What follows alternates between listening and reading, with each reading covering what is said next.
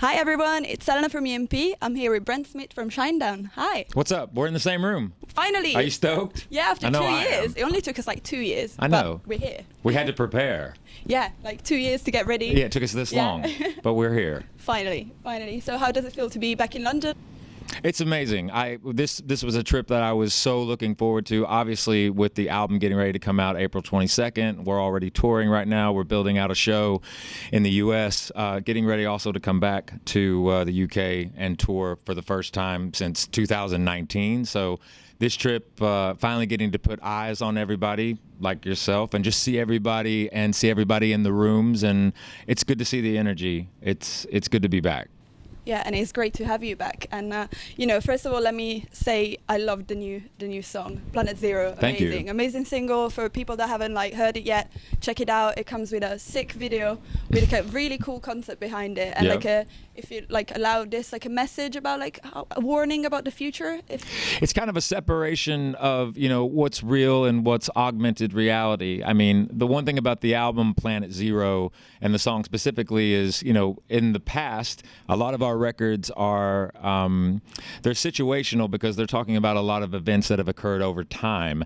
With Planet Zero, everything in this album is in real time because of what the world went through, all of us together in the last 2.5 years. So there is that dynamic of what's real, what's not, who's telling the truth, who's not telling the truth, where do you stand in all of this, and what the future is going to bring for society and human beings.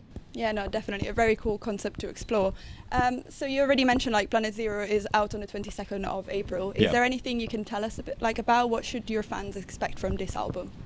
It's definitely ferocious. Once again, we self-produced this one. Like Attention, our bass player Eric Bass, who was the engineer and the mixer and producer of Attention, engineered, mixed, and produced Planet Zero. And I think that we went into it with a different approach this time. We're known for making these records with quite a wall of sound and quite cinematic. And what we tried to focus on this time was not layering as much, not stacking everything the same way that we've done traditionally. We made a lot more of a fierce upfront record. Like example, the vocals are quite dry through the record. Guitars are very big, very present.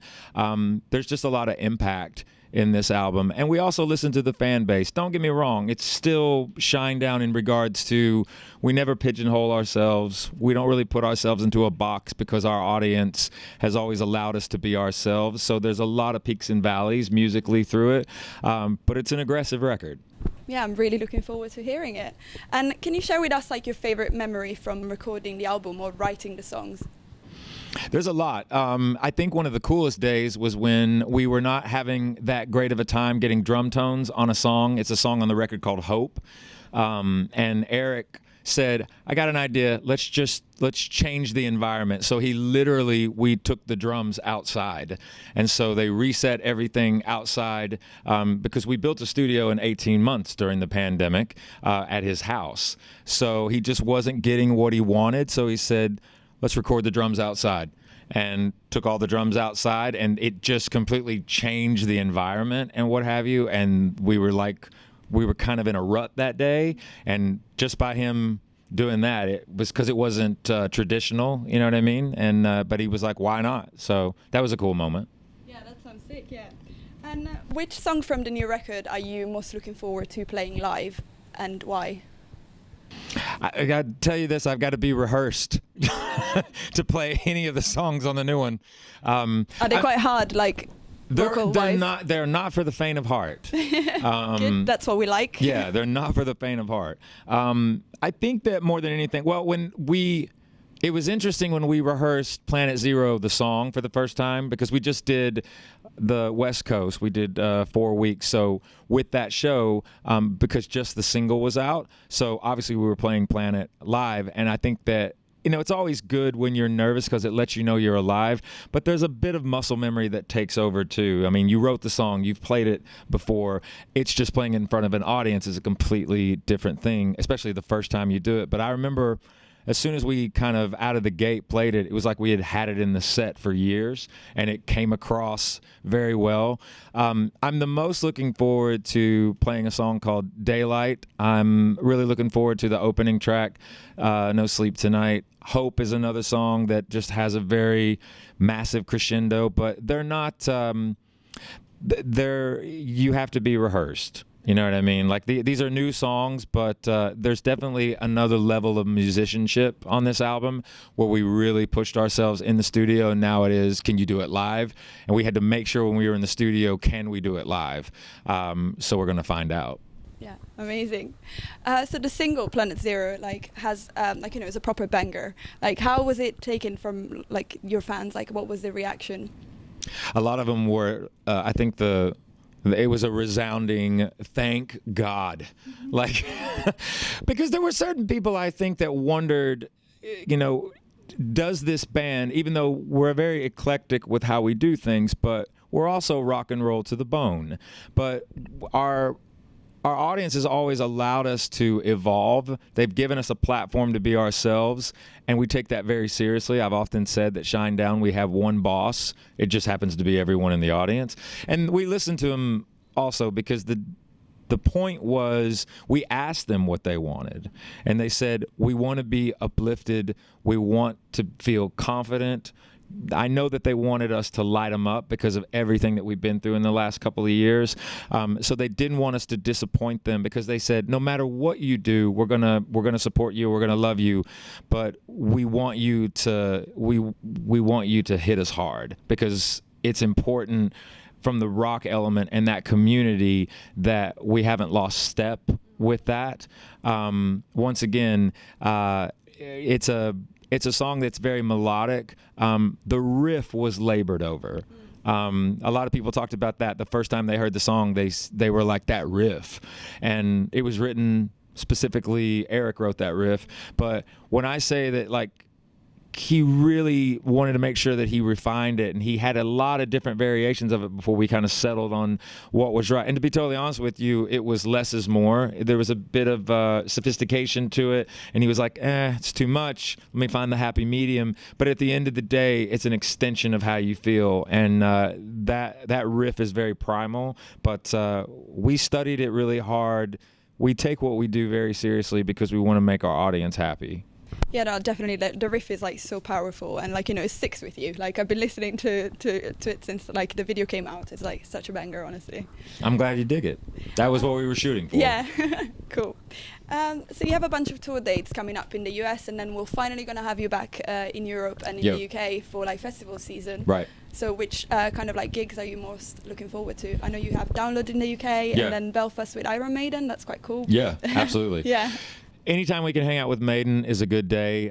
They took us out in 2017. We did like 42 dates with them, and they were amazing. So anytime we can hang out with them, we're happy. Obviously, Download here in the UK, we're extremely excited about. But we're setting up a headline tour in the UK and Europe in November and December later this year. Yeah. And so we're kind of focusing on that right now and kind of getting it carved out. But yeah, I mean, it's overwhelmingly. We're very glad to be playing live to everyone, but we never really went inside. We tried to during 2020 and 2021. We were still playing. We were still keeping not the agenda of live music, but there's so many people behind the scenes in this industry that are so important they're the lifeblood of what we do from this side. But specifically in Europe and definitely in the UK, over the years, the audiences here, music is like air, and we just have such a appreciation for the audiences over here, and we're very excited to be coming back and playing for everyone. Yeah, and we're very excited to have you back, and like very exciting to hear about your tour in November. So, yeah, like, I'm sure everybody's like, Brent, you're not supposed to talk about that. I'm like, no, we'll be back. Exclusive to EMP. It is exclusive, 100%. And did you get a chance to check out the lineup for the festivals you're going to be playing at? Is there any band in particular that you want to see live? I've never seen the Deftones and in Download. I was at a show where they were at, but I didn't get a chance to see them. And it's Us, then the Deftones, and Maiden on Download. So I'm super excited about that. Honestly, I've been so busy that I haven't seen the lineups on a multitude of everything. But as soon as it's just been one of those things. It's been a long time in the making. I'm such a huge Deftones fan, so I actually that day will be able to watch them. So I think I'm the most excited. I mean, with the whole run, I'm just stoked that I get to watch the Deftones. Yeah, 100%. Yeah. What's on your headphones right now? At the moment, trying to think what I got there on the moment. Well, we're taking out this lovely young lady, Diamante, in April. Along with our friends in the Pretty Reckless. So I've been listening to Diamante's new record. I've been listening to the new Pretty Reckless record, trying to do my homework. And I'm trying to think of like one of the last things. I mean, I don't think I've stopped listening to Spirit Box for the last 2 years. So when finally Eternal Blue came out, it was a big deal because I'm such a fan of that band. So I mean, that's kind of been on my player on repeat religiously. yeah, definitely. And what's your go-to karaoke song, if you have one? I know there's like loads of pressure for singers to do karaoke. I'm trying to think. I don't know, Sweet Caroline. I don't know. I don't know if I've ever even done karaoke. If I can think of it. Let's go out to do karaoke tonight. Maybe there was this one time back in the days when I like would drink heavily and do way too many substances that are illegal. I don't do it anymore. But I remember being in Montana and I got up with a hoodie on, and there was karaoke. I did do this, but I walked up. I think there was maybe 4 or 5 people in the bar, but I did our version of Simple Man on karaoke. So it was actually me. And I think I was so drunk, though, I can remember the bartender being like, "You suck." I do remember that. Oh, that's not very nice. It's true. But again, that comes into pressure. Don't do drugs. Don't do drugs. No. So what are your top 3 favorite movies? Wow. My top 3 favorite movies. Oh my gosh. My favorite movie, which kind of like makes people really sad, but they're like, really? There's a movie with Elizabeth Shue and Nicolas Cage. He actually won an Oscar for Best Actor it's called Leaving Las Vegas. It's probably my favorite movie of all time because it has so much, there's so much depth to, it's just a very emotional movie, but it's very sad. But that's not why I like it. I like it just because of the performance between Nicolas Cage and Elizabeth Shue is so dramatic and very real. The second one would have to probably be, probably my second favorite movie is like the original Muppets movie. Love it. Because it reminds me of when I was a kid. And third would probably, I love so many different movies. Third would probably have to be The Never-Ending Story. Oh, yeah, so good. So I have this really dark number 1, and then I have a thing for puppets. So there you go. Okay, that's great. Like, you need to watch the other 2 after watching the first one to cheer yourself up. Yeah, so you have 2 movies about puppets to recover from the first one. Yeah. Mine are all sad, so I might have to change my top 3 into like have at least like a cheery one in the middle. You gotta have a cheer. What are your top 3? Fight Club, Girl Interrupted, and Donnie Darko. So all like quite I've dark never seen Donnie Darko. You've never seen Donnie I've seen Darko? the other 2, but I've not seen Donnie Darko. Yeah, Donnie Darko. That's so Jake good. Gyllenhaal, right? Yes. Okay. Yes. What is that movie about? Well, no one knows really. No one knows? I can't wait to watch it. Oh, you should watch it. Okay. It's like really weird, and you're gonna be like, "Why she made me watch this?" No, I'm into it. I always go into it with an open mind, no matter what it is. Okay. Well, at least in case if you don't like the movie, the soundtrack is sick. Okay. Yeah. So at least that Good that to could know. be good. At Yeah. least you didn't say Requiem for a Dream. No, I mean I like that as well. Okay. Because again, That's a heavy movie. That is in my top 5. Okay. Yeah. So yeah, all dark stuff. All right. So I should change it like to maybe the Muppet Show. Yeah, add a Muppet here or there. Yeah. Puppets always help. Yeah. And if you want a dark puppet movie, you can watch Meet the Feebles, which is Peter Jackson's very first movie that he ever made. And it's like the Muppets, they just happen to be literally on acid. Oh my God. Okay. So if you ever get a chance, Meet the Feebles, Peter Jackson's first film. It's a roller coaster ride. Cool. I'm definitely going to check that out. So still a dark question, actually. Sorry. So not really Bring it on. topic. Would you prefer living through a zombie apocalypse or an alien invasion? You know what? I would rather do the alien invasion because I feel like we have a good handle on what zombies are going to do and what we need to do there. Aliens, we don't really know. Could be more exciting. It could be way more exciting. And I don't know. The zombie thing it's a little tired now, I feel. I feel like we've done it enough that we kind of get it. You know, you got to, they're very needy. Zombies. I feel like aliens, they're going to make you work for it. Yeah, definitely. If you lived in the Star Wars universe, would you rather be a Jedi or a Sith? I would definitely much rather be a Jedi than a Sith. Just because, I like the color green, and that would be I need that lightsaber. I like that one. Yeah. Okay. Yeah.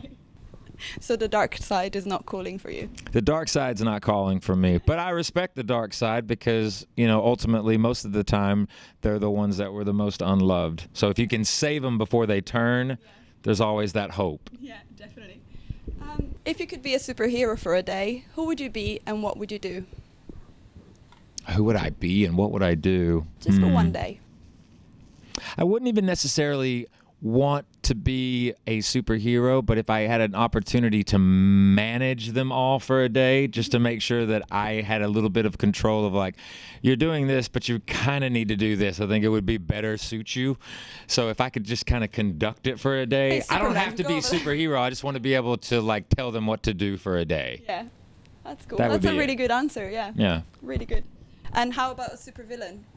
Would you want to be a supervillain for a day? No, I'm not. Yeah, the thing about a supervillain is they're so complicated, and I'm not that complicated.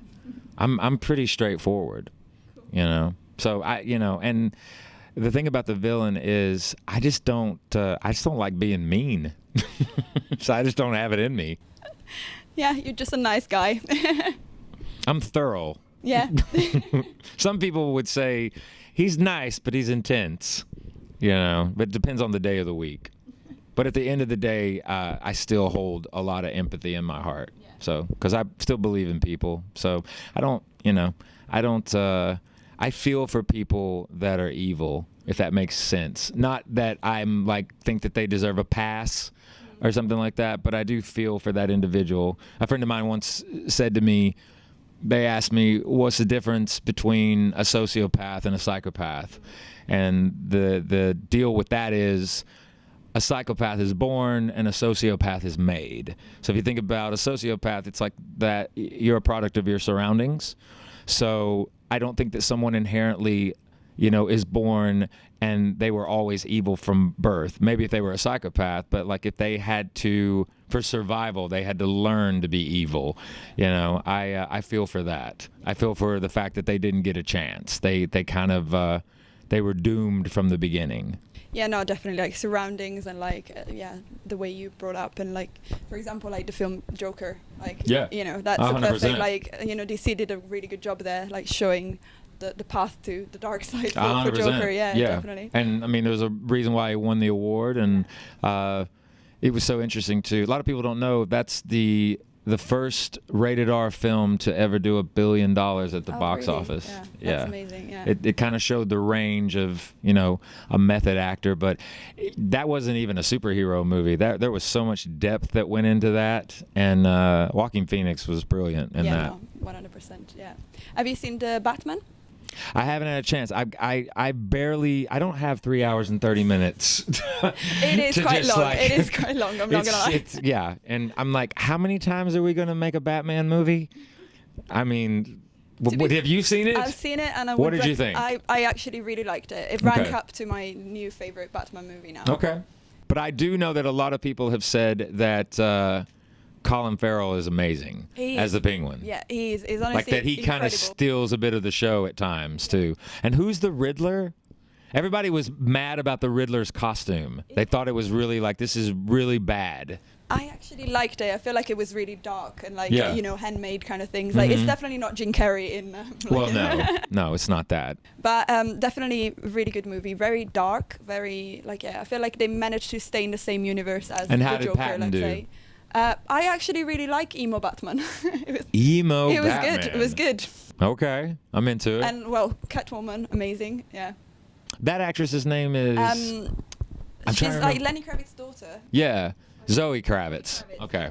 Yeah. She was great in that series Big Little Lies, Yeah. which I actually haven't seen the second season to, but the first season she was awesome. Yeah.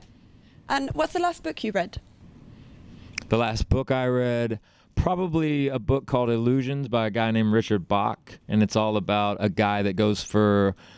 His goal is he doesn't know if he's going to commit suicide or not, so he goes and hires this guy to fly him up, and because he's trying to make a decision of sorts of whether he wants to stay on Earth or he wants to end his life and things of that nature. And then the pilot that takes him up happens to be the Messiah, and so it's the idea of like God being in the chair and letting this individual kind of go through all of the elements of his life of what brought him to making a decision of whether he wants to stay on Earth or end his life. And it's very thought-provoking.